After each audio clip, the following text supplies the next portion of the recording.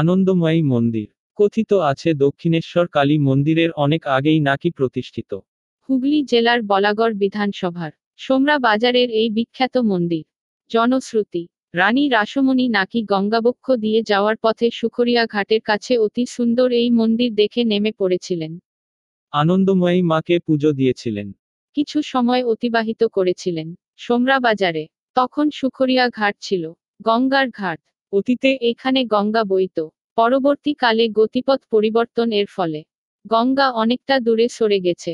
এই মন্দিরটি দেখে রানী রাসমণির নাকি অনুরূপ একটি মন্দির তৈরির ইচ্ছা হয়। তিনি কলকাতায় ফিরে যান। দক্ষিণেশ্বর কালী মন্দিরের কাজ শুরু করেন। আনন্দময়ী মায়ের মন্দিরের সঙ্গে দক্ষিণেশ্বর কালী মন্দিরের প্রচুর মিল খুঁজে পাওয়া যায়। এখানে যেমন মায়ের মন্দিরকে ঘিরে রয়েছে কতগুলো শিব মন্দির। দক্ষিণেশ্বর কালী মন্দিরের পাশে গঙ্গার ধারে অনুরূপ শিব মন্দির দেখা যায়।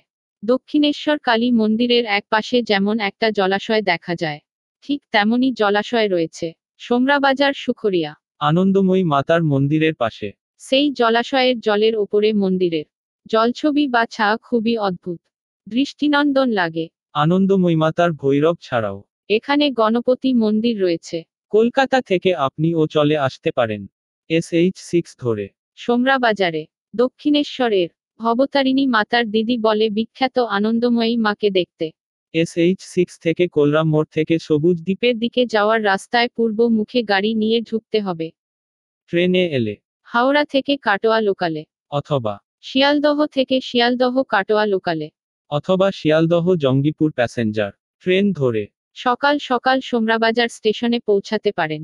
স্টেশন থেকে রিক্সা ভাড়া করে সকাল 11টার মধ্যেই আনন্দময়ী মাকে পুজো দিতে পারেন। চিরঞ্জীব চ্যাটার্জি, খবর কলকাতা। সমীর ভর, খবর বলাগড়। Sky news Bangla.